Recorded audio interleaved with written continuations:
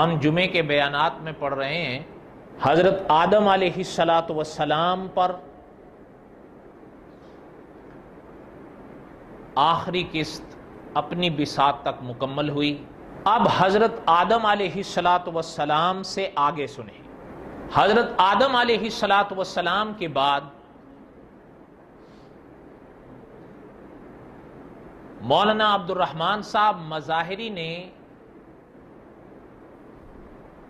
تو جن کے نام کا عنوان لکھ کر ہدایت کے چراغ کی دوسری کڑی قائم فرمائی ہے، ان کو کہا جاتا ہے حضرت ادریس علیہ السلام۔ لیکن حضرت نے بھی اسی صفحے پر جہاں حضرت نے یہ عنوان قائم کیا ہے، ابتدا میں ہی لکھ دیا ہے کہ حضرت آدم کے بعد علیہ السلام حضرت ادریس علیہ السلام یہ خدا کے تیسرے نبی تھے۔ کتنے نبی تھے؟ ان کا ذکر کلام پاک میں ہے، لیکن جب تیسرے تھے تو پتہ چلتا ہے کہ حضرت آدم کے بعد اور حضرت ادریس سے پہلے کم از کم ایک اور ہوں گے۔ حضرت نے بھی ان کا نام لکھا ہے، ان کو کہا جاتا تھا حضرت شیس علیہ السلام۔ یہ حضرت آدم علیہ السلام کے بعد حضرت آدم کے جانشین ہوئے ہیں، حضرت ادریس سے بھی پہلے ہوئے ہیں۔ حضرت ادریس علیہ السلام کا ذکر تو قرآن پاک میں ہے، اس کو ہم انشاءاللہ آگے چل کر پڑھیں گے جب ہم حضرت ادریس علیہ السلام کے عنوان پر پہنچیں گے۔ پہلے اس ترتیب کے لحاظ سے ہمیں میرے خیال میں کچھ باتیں حضرت شیس علیہ السلام کے بارے میں تلاش کرنی چاہیے یا نہیں چاہیے؟ حضرت نے بھی لکھا ہے کہ حضرت شیس علیہ السلام کے بارے میں قرآن پاک خاموش ہے۔ اچھا، یہ بات تو آپ کو بھی یاد ہوگی کہ کلام پاک میں اللہ تعالیٰ کے فرمان کا نور خود موجود ہے، معنی مفہوم خود موجود ہے کہ اللہ نے اپنے بعض نبیوں کے تذکرے قرآن پاک میں کیے اور بعض کے اچھا پھر قرآن پاک میں کچھ انبیاء کے صرف نام ذکر کیے گئے، واقعات کچھ نہیں بتلائے گئے، اور کچھ کے بالکل نہ نام ہے نہ واقعات ہیں۔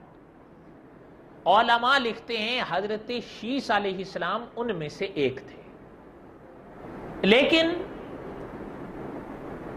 حضرت وجدی حسینی رحمت اللہ علیہ نے لکھا ہے، حضرت کی عبارت کا معنی یہ ہے کہ انسان کی پرانی تمنا ہے، دلی تمنا ہے کہ انسان اپنے باپ دادا کے نشان جاننا چاہتا ہے اور دیکھنا چاہتا ہے۔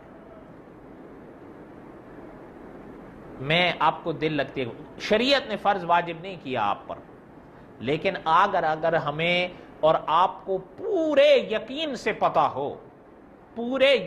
پتا ہو کہ ہماری وادی میں حضرت آدم کی قبر ہے، آپ اور ہم جاتے کہ نہیں زیارت کے لیے؟ بھئی چلیں، اب حضرت آدم علیہ السلام کا پاک چہرہ تو نہیں دیکھ سکتے، لیکن وہ جگہ جہاں حضرت کی نسبت ہے اس کی تو زیارت کی جا سکتی تھی۔ اس سے پتہ چلتا ہے کہ واقعہ حضرت وجدی حسینی رحمت اللہ علیہ نے جو لکھا ہے کہ انسان چاہتا ہے کہ اپنے باپ دادوں کے نشان دیکھے۔ اچھا، جب باپ دادوں کے نشان دیکھنا چاہتا ہے تو وہ نشان دیکھنے کے لیے اور معلومات حاصل کرنے کے لیے اس کے پاس صرف دو ذریعے ہیں۔ کس کے پاس؟ انسان کے پاس کتنے ذریعے ہیں؟ دو ذریعے ہیں۔ ایک ذریعہ ہے انسانی روایات کا، میں نے اپنے والد سے کچھ سنا، انہوں نے اپنے والد سے کچھ سنا، انہوں نے ہمارے پردادا سے سنا، اس طرح نسلاً بعد نسلیں کچھ باتیں چلی، یہ انسانی روایات ہوتی ہیں۔ ایک ذریعہ ہوا۔ دوسرا ذریعہ ہے پرانے باپ دادوں کے نشان جاننے کا، وہ ہے کتب سماویہ، کتب سماویہ کا معنی یہ ہوتا ہے آسمانی کتابیں. یہ دو ذریعے ہیں انسان کو پرانے نشان مہیا کرنے کے. بات سمجھ میں آ رہی ہے آپ کو؟ تاریخ کے حوالے سے جو انسانی روایات مورخین نے اگلوں سے پچھلوں کے سپرد کی ہے، ان کے مطالعے سے پتہ چلتا ہے، یا وہ اوراق آپ کھولیں تو پتہ چلتا ہے کہ حضرت آدم علیہ السلام کے بعد حضرت شیس علیہ السلام حضرت آدم کے جانشین ہوئے.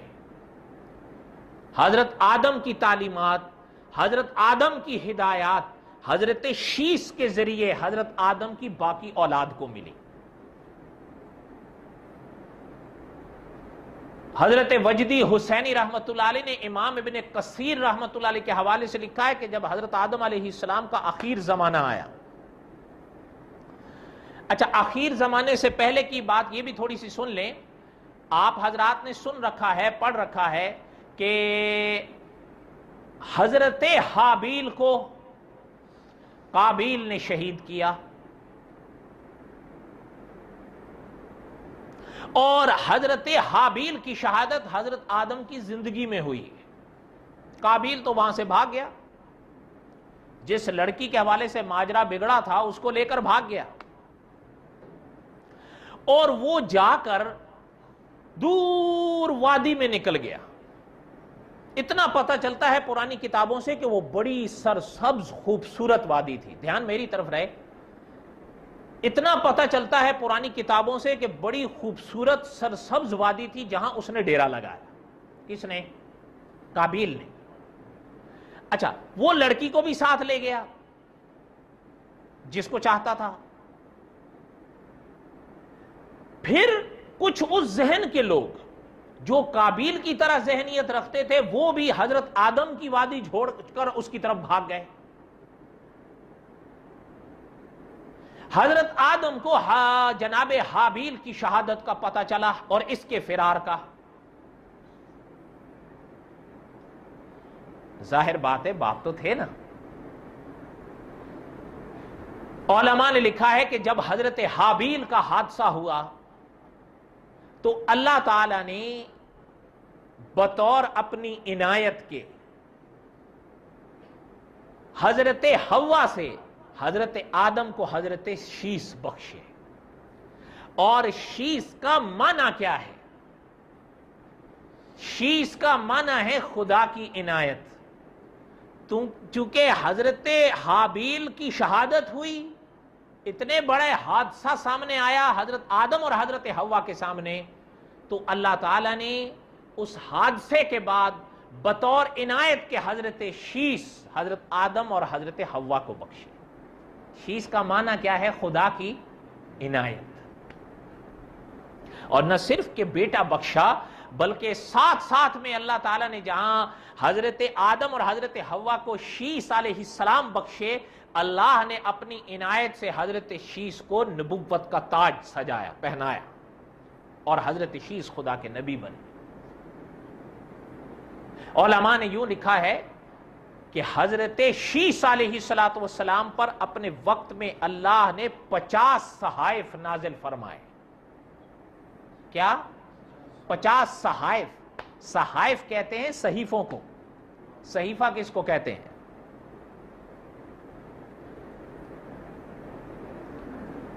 سوچ لیں، صحیفہ کس کو کہتے ہیں؟ ہاں جی، تھوڑی سی ایک موٹی سی بات بتا دیتا ہوں، اس کو ذہن میں بٹھا لیں. اللہ تعالی کی طرف سے آسمانی کئی کتابیں آئیں، خدائی پیغامات انسان کے پاس انبیاء علیہ السلام کے ذریعے آتے رہے. وہ کئی ہیں، صرف 4 میں بند نہیں ہیں، لیکن 4 امتیازی ہیں، 4 بڑی ہیں. تورات، زبور، انجیل اور قرآن، یہ 4 امتیازی ہیں اور 4 بڑی ہیں. اسی لیے شاہ اپنا مفتی کفایت اللہ دہلوی رحمۃ اللہ علیہ نے جو صحائف کا معنی سمجھایا نا وہ بڑا عام فہم ہے. فرمایا جو کتاب ان کی بنسبت اور جو کتاب بڑی ہوتی تھی آسمان سے آنے والی وہ کتابیں کہلائیں، اور جو کتابیں ان چار کی نسبت چھوٹی ہوتی تھیں ان کو صحائف کہا جاتا تھا. اب سمجھ میں آئی بات یا نہیں سمجھ میں آئی؟ کچھ بجھے بجھے لگ رہے ہیں آپ لوگ. معنی سمجھ میں آ گیا صحائف کا؟ صحائف صحیفہ یہ بھی آسمانی کتابوں کا دوسرا نام ہے، لیکن بنسبت ان بڑی چار کتابوں کے چھوٹی. حضرت شیس علیہ السلام کو اللہ کی طرف سے 50 صحائف ملے، اس کا ذکر تاریخ کی کتابوں میں آتا ہے. حضرت آدم علیہ السلام کا جب آخر وقت آیا، علماء نے لکھا ہے حضرت آدم علیہ السلام نے تربیت فرمائی اپنے ان فرزند کی، حضرت شیس کی تعلیمات بھی دیں، اور دن اور رات کی گھڑیوں میں جن گھڑیوں اور وقتوں میں خدا کی عبادت کی جاتی ہے ان اوقات کی بھی تعلیم حضرت نے دی. اور پھر حضرت آدم کا آخر وقت پورا ہوا جس کی تفصیلات گزشتہ سے پیوستہ درس میں آپ سن چکے ہیں. حضرت آدم علیہ السلام دفنا دیے گئے، وہ ساری تفصیلات اس درس میں موجود ہیں. حضرت آدم علیہ السلام کے بعد صاحب قصص الانبیاء لکھتے ہیں کہ تقریباً 1 سال کے بعد حضرت حوا کا وقت بھی پورا ہو گیا اور وہ بھی اس دنیا سے پردہ فرمان. اب آئے حضرت شیس علیہ السلام. اب ذرا دھیان سے سنیے گا. وہ لوگ جو بھاگ کر قابیل کے قبیلے میں جا ملے، اور قابیل کا جو قبیلہ تھا جس وادی کی طرف نکلا تھا وہ غالباً علماء کی زبان میں سہول کا علاقہ کہلاتا تھا. سہول کے علاقے کو آپ ایسے سمجھیں کہ میدانی علاقہ. میدانی علاقے میں جو لوگ آباد ہوئے یہ وہاں رہنے لگے، اور اسی دور میں کچھ لوگ پہاڑوں کی وادیوں میں رہتے تھے، پہاڑی علاقوں میں. تاریخ کی کتابیں بتاتی ہیں کہ وہ سلسلہ حابیل کے قبیلے کا تھا جو پہاڑوں میں رہتا تھا. یہاں تک بات سمجھ میں آئی ہے؟ اب آگے سنیں.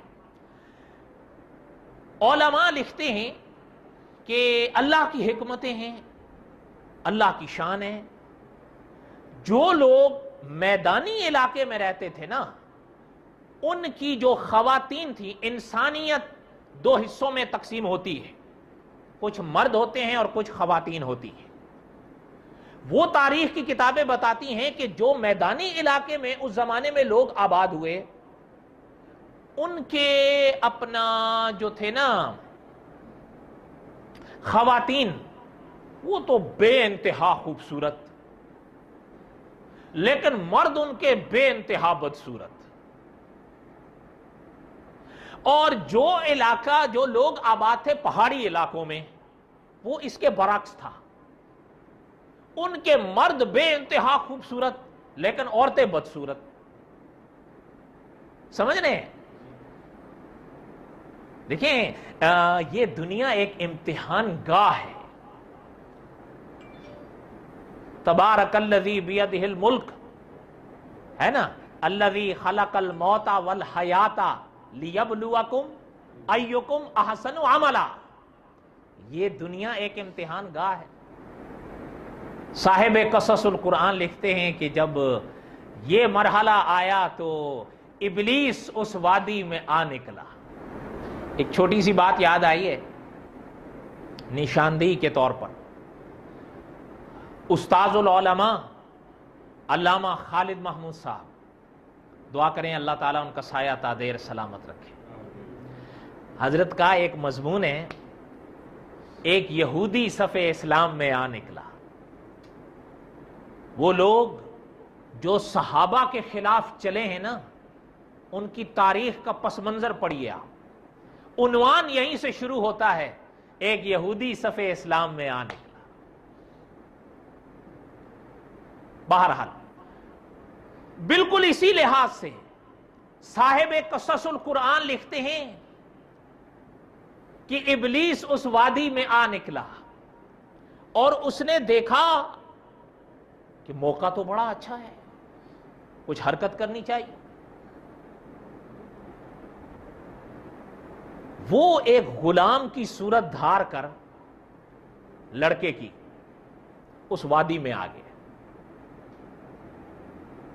اور یہ تو صاحب قصص القرآن نے بھی لکھا ہے اور اکابر نے بھی اپنے مقامات پر لکھا ہے کہ ابلیس کو تو اللہ نے استدراجی طور پر کچھ قوتیں دی ہیں آپ کے ہمارے امتحان کے لیے۔ وہ جیسی آواز نکال لے، جیسی شکل بدل لے، اس کے لیے تو کوئی معنی نہیں رکھتا۔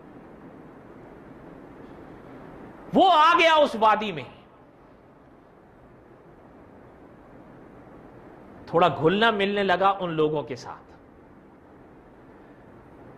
باتوں باتوں میں اس نے ایک بات ان سے کہی، جو سہول یہ میدانی علاقے والے جو لوگ تھے، جو قبیلہ تھا، ان کی بات کر رہا ہوں۔ ان کو کہنے لگا کہ یار کمال ہے تمہارے مکھڑوں کی کہ اتنے خوبصورت ہو تم، لیکن یار تم لوگوں میں کوئی ذوق نہیں ہے، کوئی شوق نہیں ہے، کچھ بس خشکی چھائی رہتی ہے ہر وقت تم پر۔ انہوں نے کہا بھئی جناب پھر کیا کرنا چاہیے؟ اس نے کہا آؤ میں بتاتا ہوں۔ اب اس نے کیا کیا؟ صاحب قصص القرآن لکھتے ہیں کہ اس نے سب سے پہلے ایک آواز لگائی جس کو گیت کہا جاتا ہے۔ کیا کہا جاتا ہے؟ جسے گانا کہتے ہیں۔ اب سب سے پہلے اس نے گانا گایا۔ جب گانا گایا نا تو جہاں تک اس کی آواز پہنچ رہی تھی، ایک بڑی پرانی کہاوت ہے، آپ نے بھی سنی ہوگی، دور کے ڈھول تو ویسے بھی سہانے ہوتے ہیں۔ اس نے جو آواز لگائی تو وہ قبیلے سے مرد کیا، عورتیں کیا، جہاں وہ تھا نا سارے کھچے ہوئے اس کی طرح مقناطیس کی طرح آئے اور سر دھن رہے ہیں اس کی آواز پر، اس کے ترنم پر۔ چلتے چلتے ایک بات کہہ دوں، پتہ چلتا ہے، اور صاحب قصص القرآن نے تو بڑی وضاحت کے ساتھ لکھا ہے کہ پتہ چلتا ہے کہ گیت کی ابتدا کس سے ہے، پھر ابلیس سے جو چیز نکلے وہ جائز ہوتی ہے نا؟ نہیں سوچ لیں، ویسے تاریخ تو بتاتی ہے یہ گیت کی تاریخ۔ سب سے پہلے اس نے گیت گایا، اور صاحب قصص القرآن نے تو بغیر کسی لگی لپٹی کے لکھا ہے کہ پتہ چل رہا ہے کہ گیت کی ابتدا ابلیس سے ہو رہی ہے۔ اچھا، اب یہ تھوڑی سی آپ کے لیے دعوت فکر ہے کہ پھر یہ آپ سوچیں کہ جس بات کی ابتدا ابلیس سے ہو رہی ہے، جیسے بڑا پرانا قصہ ہے، اب میں وہ پورا تو نہیں سنا سکتا، صرف اس کا ذرا سا خلاصہ۔ ایک بڑے پڑھے لکھے نے ایک بات کہی تھی، اس کا ثبوت ہے میرے پاس، لیکن پس منظر کی تفصیل نہیں ہے، موقع نہیں ہے، وقت تھوڑا ہے۔ اس کی اعتراض یا اس کی بات کا خلاصہ یہ تھا کہ قرآن پاک میں شراب کے ساتھ حرام کا لفظ نہیں ہے۔ قرآن پاک میں شراب کے ساتھ حرام کا لفظ مولویوں سے تو صبح شام سنتے ہیں، مولویوں سے تو، لیکن قرآن پاک میں ہمارے خانے وال کے ایک عالم تھے، انہوں نے بڑا ایک عجیب جواب دیا تھا اس کا۔ انہوں نے فرمایا تھا کہ میاں قرآن پاک میں جہاں شراب کا ذکر کیا گیا ہے، ساتھ میں اللہ نے فرمایا من عمل الشیطان، یہ شیطانی عمل ہے، تو شیطانی عمل حرام نہیں تو کیا حلال ہوگا؟ نہیں، آپ بتائیں۔ انہوں نے فرمایا کہ جہاں اس کا ذکر ہے وہاں کیا ہے؟ من عملش، یہی ہے نا کہ یہ شیطانی عمل ہے۔ اچھا، شیطانی عمل حرام نہیں تو حلال ہوگا؟ تو پھر آپ ذرا قیاس کن گلستان کریں کہ جس کے اندر سے گیت کی ابتدا ہو رہی ہے اور اتنی بھیانک صورت میں ہو رہی ہے، گیت کے بارے میں جائز کا لفظ۔ ایک میں نشاندہی کر دیتا ہوں ان کی فرمائش پر۔ شیخ الاسلام والمسلمین مفتی محمد تقی عثمانی صاحب دامت برکاتہم کے والد مفتی اعظم ہند و پاک محمد شفیع صاحب رحمۃ اللہ علیہ، یہ ہند اور پاک کے بڑے مفتی تھے۔ حضرت نے ایک کتاب لکھی عربی میں، آج سے 35 سال پہلے ایک مفتی محمد تقی عثمانی صاحب دامت برکاتہم کے شاگرد مولانا عبد المعز صاحب نے اس عربی کتاب کا اردو ترجمہ کیا، اس کا نام ہے اسلام اور موسیقی۔ کیا نام ہے؟ لگ بھگ 400 صفحات کی کتاب ہے، اور آپ حیران ہوں گے مفتی اعظم ہند و پاک محمد شفیع صاحب رحمۃ اللہ علیہ نے 36 احادیث طیبہ حضور علیہ الصلوۃ والسلام کی اس میں درج کر دی ہیں کہ جن احادیث طیبہ کی روشنی میں گانے کا حکم پتہ چل جاتا ہے کہ وہ جائز۔ کتنی احادیث ہیں؟ ایک بھی ہو تو سر آنکھوں پر چے جائے کہ احادیث طیبہ۔ اور پھر آپ کو یاد ہوگی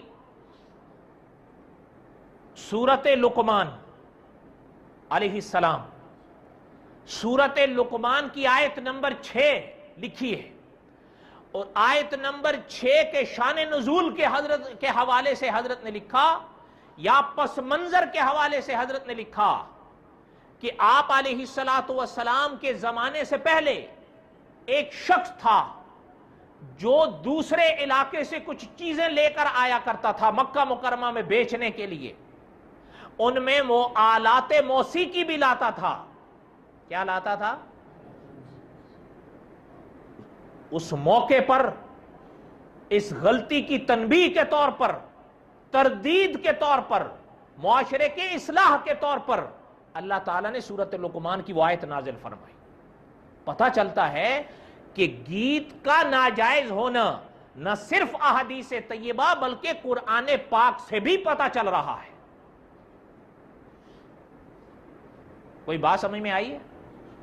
یہ اصل میں اگر آپ یہ بات گرے باندھ لینا اپنے پاس کہ کبھی کبھی کچھ لوگ تحقیق کے نام سے سامنے آتے ہیں، وہ تحقیق تو کیا کریں گے، تحقیق کر کے تحقیق شدہ مسائل میں تشکیک پیدا کر دیتے ہیں۔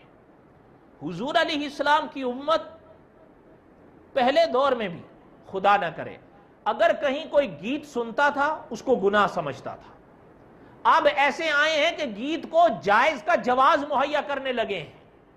اچھا خدا نہ کرے اگر کسی شخص کے ذہن میں یہ بات بیٹھ جائے کہ گیت جائز ہے، توبہ کیسے کرے گا؟ میں آپ سے پوچھتا ہوں، توبہ جائز کام سے کی جاتی ہے یا ناجائز کام سے کی جاتی ہے؟ اس لیے اس سے پہلے اگر کوئی گیت سنتا بھی تھا، احساس اس کو ہوتا تھا کہ میں گناہ کر رہا ہوں، ایک نہ ایک دن وہ اس غلط راہ سے لوٹ آتا تھا۔ لیکن جب میں اس کو یہ سند مہیا کر دوں گا کہ یار گیت تو جائز ہے، جب اس کے ذہن میں یہ خناس بیٹھ گیا کہ گیت سننا جائز ہے، وہ توبہ کس چیز سے کرے گا؟ میں غلط کہہ رہا ہوں؟ اس لیے جتنے دلائل، جتنے شبہات، جتنے اعتراضات گانا سننے اور نہ سننے پر ان لوگوں نے پیش کیے، مولانا محمد عبد المعز صاحب نے ایک ایک اعتراض کا تسلی بخش جواب لکھا ہے، اور اس کتاب کا پیش لفظ مفتی تقی عثمانی صاحب دامت برکاتہم کے اپنے ہاتھوں کا ہے۔ کیا نام ہے کتاب کا؟ اسلام اور موسیقی۔ اتنی بات بہت ہے، چلے۔ اچھا بات کیا سنا رہا تھا؟ یہ آ گیا، اس نے گیت گایا،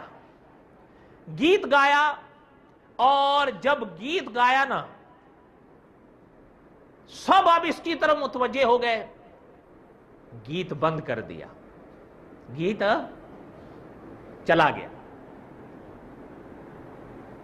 کل پھر ملیں گے۔ دوسری شام آئی، پھر آ گیا، اس بار پھر جو آواز لگائی وہ پھر سب آ گئے۔ قصہ مختصر یہ ہوا کہ ناچنا گانا، تھرکنا، تیسرے مرحلے پر جب تھرکا ان کے سامنے تو مرد رہے، عورتیں بھی شامل ہو گئیں.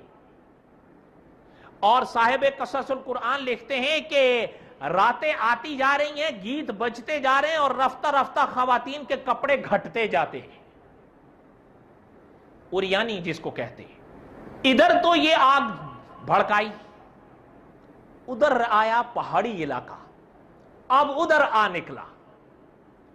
ادھر آیا، عورتیں کن کی خوبصورت تھیں؟ ان کی. ان کو کہا تھا نا اس نے کہ یار تمہارے ہاں اتنا حسن ہے، اسے مراد یہی، لیکن تمہارے اندر کوئی ذوق نہیں ہے. جب اس نے گیت گائے تو مردوں کے ساتھ عورتیں بھی شروع ہو گئیں.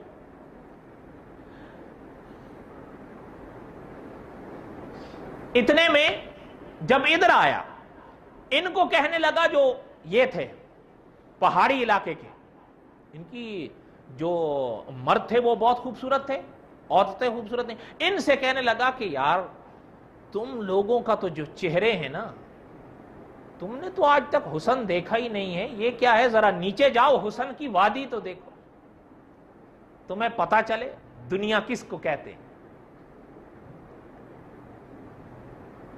ان کو ساتھ لے کر آ گیا. اب اس نے گیت جو گایا، اب یہ بھی ملے وہ بھی ملے، اب ناچنا تھرکنا شروع ہوا. لباس پہلے سے گھٹ گیا تھا، وہ بھی ان خواتین کا. اچھا، ان کی ادھر سے توجہ پڑی.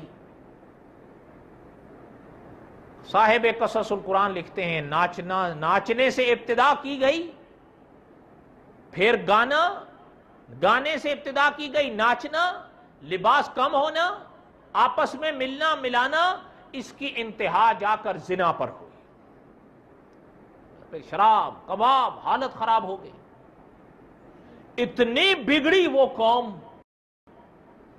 کہ اللہ کے نبی، اب یہاں سے تاریخ کا پنہ پتہ چلتا ہے، تاریخ کا پنہ بتاتا ہے کہ حضرت شیس علیہ السلام کو پھر اللہ نے ان کی طرف بھیجا، جا کر ان کو سمجھاؤ.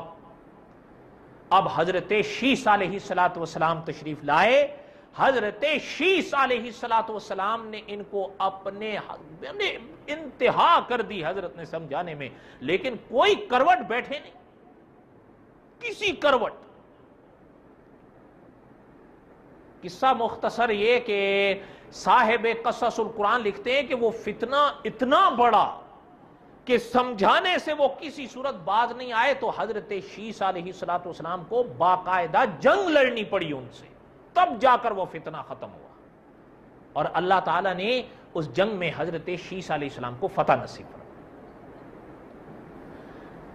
وہاں تو حضرت شیس علیہ السلام کو اللہ نے فتح بخش دی، لیکن اللہ کی شان کہ حضرت شیس علیہ السلام کا بھی آخر وقت آ گیا، اور حضرت شیس علیہ السلام بھی اس دنیا سے پردہ فرما گئے. یہ بڑا مختصر سا تذکرہ ملتا ہے حضرت شیس علیہ السلام کی محنت کا. آپ خود سمجھ سکتے ہیں، بہت پرانا دور ہے، وہ جانشین آدم تھے وہ علیہ السلام. جب حضرت شیس علیہ السلام نے پردہ فرمایا تو حضرت شیس علیہ السلام کو بھی دفنا دیا گیا.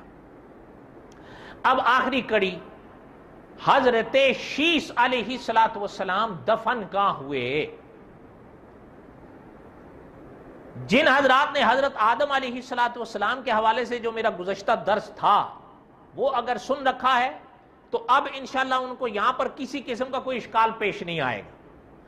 حضرت شیس علیہ السلام کے بارے میں مورخین یوں لکھتے ہیں کہ حضرت کی پیدائش تو ملک شام کی ہے، لیکن حضرت کا دفن ہندوستان میں ہے. البتہ بعض نے یہ سوال کرنے کی کوشش کی ہے کہ جب حضرت کی پیدائش وہاں پر ہے تو حضرت دفن یہاں کیسے ہو گئے؟ تو حضرت وجدی حسینی رحمۃ اللہ علیہ نے بہرحال اس کا مختصر جواب دیا ہے کہ کوئی تعجب کی بات نہیں ہے کہ حضرت آدم علیہ السلام کا نزول اس علاقے میں ہوا. حضرت آدم علیہ السلام یہاں سے حج کرنے گئے، حضرت حوا کی تلاش میں نکلے، پھر حضرت حوا سے ملاقات ہوئی، ملک شام بھی حضرت کا جانے کا پتہ چلتا ہے، وہاں حضرت شیش کی پیدائش ہوئی۔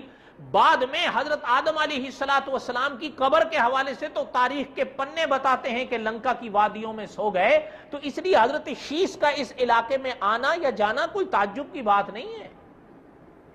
بعض حضرات نے تو یہ لکھا ہے کہ حضرت آدم علیہ السلام کو لنکا کی جس وادی میں دفنایا گیا، وہیں پڑوس میں حضرت شیش کو بھی دفنایا گیا۔ لیکن حضرت وجدی حسینی رحمت اللہ علیہ نے حضرت کی قبر کے حوالے سے 3 مقامات ذکر کیے، ان میں سے ایک کو حضرت نے مشہور قرار دیا، بلکہ شہرت کا درجے کے حوالے سے ذکر کیا۔ کتنے قول پیش کیے؟ اقوال 3، ان میں سے ایک کو شہرت کا درجہ قرار دیا۔ حضرت وجدی حسینی رحمت اللہ علیہ نے اپنی کتاب ہندوستان اسلام کے سائے میں حضرت نے عنوان قائم کیا ہے، ہند میں حضرت شیش علیہ السلام کا مزار۔ بڑے عجیب اور آنکھ حضرت نے لکھے ہیں، اور خاص کر حضرت شیش علیہ السلام کے اس تذکرے کے موقع پر حضرت نے حاشیے میں جو نوٹ لکھا ہے وہ ایسا علمی ہے کہ آب زر سے لکھنے کے قابل ہے۔ اس کا کچھ خلاصہ میں نے کہیں نہ کہیں پہلے قصص الانبیاء میں بیان کر دیا ہے۔ آخری بات سنیں، حضرت شیش علیہ السلام کی قبر کی جائے وقوع کے حوالے سے حضرت نے جس قول کا انتخاب کیا ہے وہ ہندوستان میں ضلع ہے، ضلع فیض آباد کہلاتا ہے۔ آپ نے نام سنا ہوگا ایودھیا۔ بعض اکابر یوں فرماتے ہیں، یہ لکھا یہ کے ساتھ جاتا ہے، پڑھا جیم کے ساتھ جاتا ہے، ایودھیا، اور بعض اس کو ایودھیا اور اجودھیا دونوں طرح سے ذکر کر دیتے ہیں۔ سمجھ آ رہی ہے؟ اس ایودھیا کے مقام پر حضرت شیش علیہ السلام کی قبر آج بھی موجود ہے،